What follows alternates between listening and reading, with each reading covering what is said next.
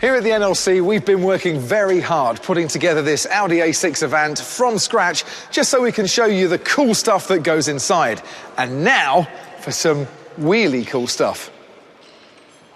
I'm here all week. As are you, Will. How are you? I'm good, thank you.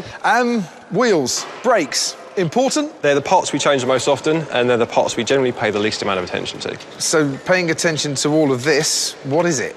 Here we have the brake disc, and these are the pads, which actually, when they're pushed together, actually give you your braking force. They're made of a specially shaped friction material for this car, this setup, this design, so everything works exactly how it should do. And it's important then that you have to stick with the right stuff that's been designed for the right car? It is, definitely. Obviously, other people make pads that fit our cars, but they're never as good as the ones built by the people that built the car. Right, can we put some stuff on the car?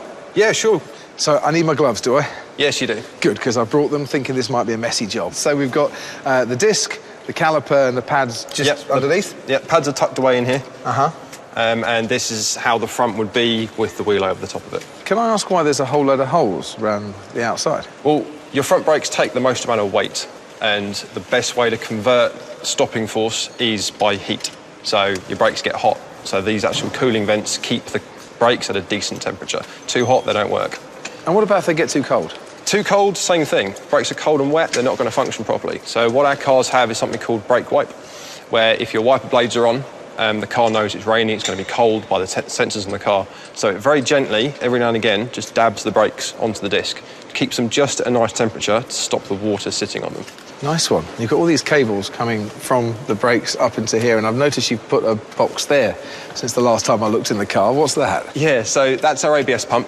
That does all the braking for the car when the car needs to help you drive. ABS, so, anti-lock braking system. Okay. So you put your foot on the brake, all the brakes squeeze in. But if one of them starts to slip or it stops, you're going to lose the braking force, especially if you're turning and your front wheels stop, you're going to keep going straight on rather than where you want to go.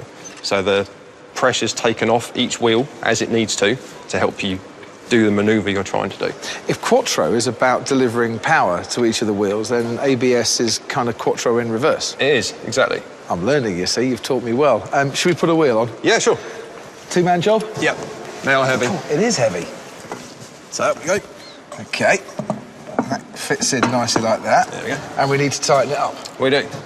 OK, so this tightens up like this. But why this tyre on this car? Modern cars need modern tyres. They need to be more than just round and black. So this one is designed by Pirelli. It's born Pirelli's tyres, but what Audi do is they work with the manufacturer. So they have the AO mark on the tyre itself, and that is visual proof that Audi has actually developed this exact tyre for this exact car. Because I know about pressure and tread and keeping it legal. I've read my highway code, but I assume then that you need it for other reasons as well. The tyre pressure monitoring system on the car uses the speed of the wheel to work out the tyre pressure. So if a tyre is the wrong size, or the tread's too low, or it's the wrong make, you can throw up a warning, which sometimes is unnecessary, but is proof that the tyres are doing their job when the light's not on and everything's good. And as the part of the car that makes the contact with the ground, they're kind of an important thing, aren't they? It is. It's one of the most changed bits of the car. It's one of the things you end up putting on the most throughout a car's life. And if it's the right one, it will keep going longer. And that's why I never tire of having this conversation. Yeah, they don't get any better, do they? You better carry on tightening those bolts up. Thank you. We've still got some more bits to put on the car. Has to be said, though, it's taking shape nicely.